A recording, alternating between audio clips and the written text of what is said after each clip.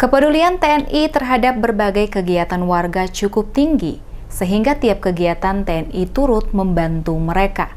Kali ini Satgas TMMD membantu warga Keramanan menuai padi di sawah.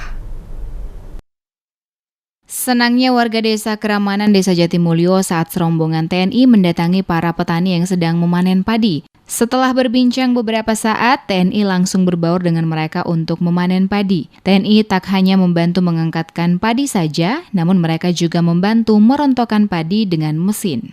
Meski belum terbiasa melakukan pekerjaan tersebut, keseriusan mereka dalam membantu kegiatan warga dapatkan simpatik mereka. Keakraban antar TNI dengan warga pun terjalin lebih kuat.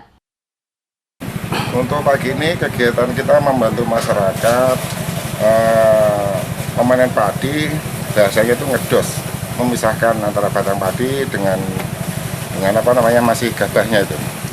Ini termasuk istilahnya sasaran non fisik, kita Komsos membantu masyarakat. Alhamdulillah masyarakat senang kita bisa membantu untuk masalah pemanenan padi. Meski kegiatan tersebut bukan merupakan program sasaran TMMD, namun kemanunggalan serta menstabilkan swasembada pangan merupakan amanat undang-undang yang harus dipatuhi seorang TNI.